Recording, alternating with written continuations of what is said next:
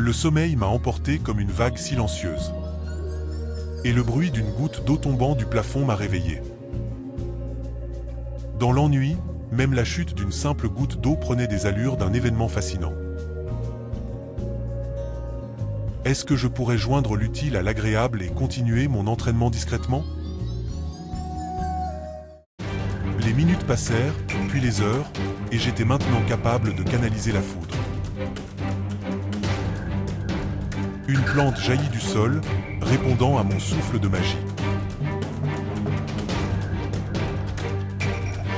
La plante qui émergea du sol évoquait un plant de tomate, comme si ma magie avait capté ma fatigue de ne vivre que de feuilles de salade. J'avais enfin réussi après autant d'efforts. J'étais prêt à savourer cette tomate dont je rêvais depuis un bon moment.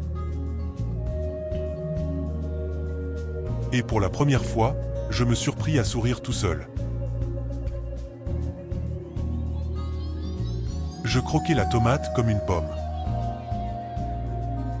Les larmes me sont montées aux yeux, ce simple goût réveillait tout ce que j'avais perdu.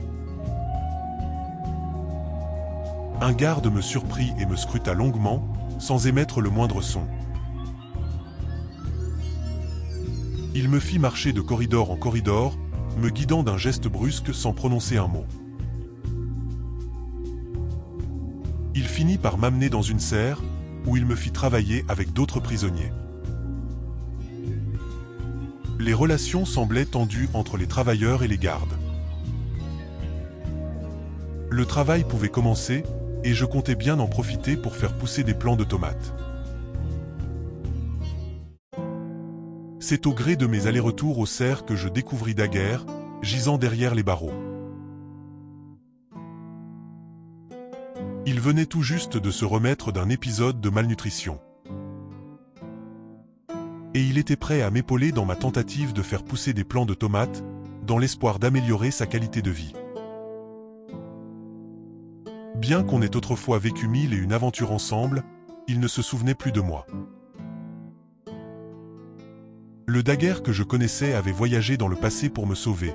Mais, dans cette ligne du temps, cela ne s'était pas encore produit.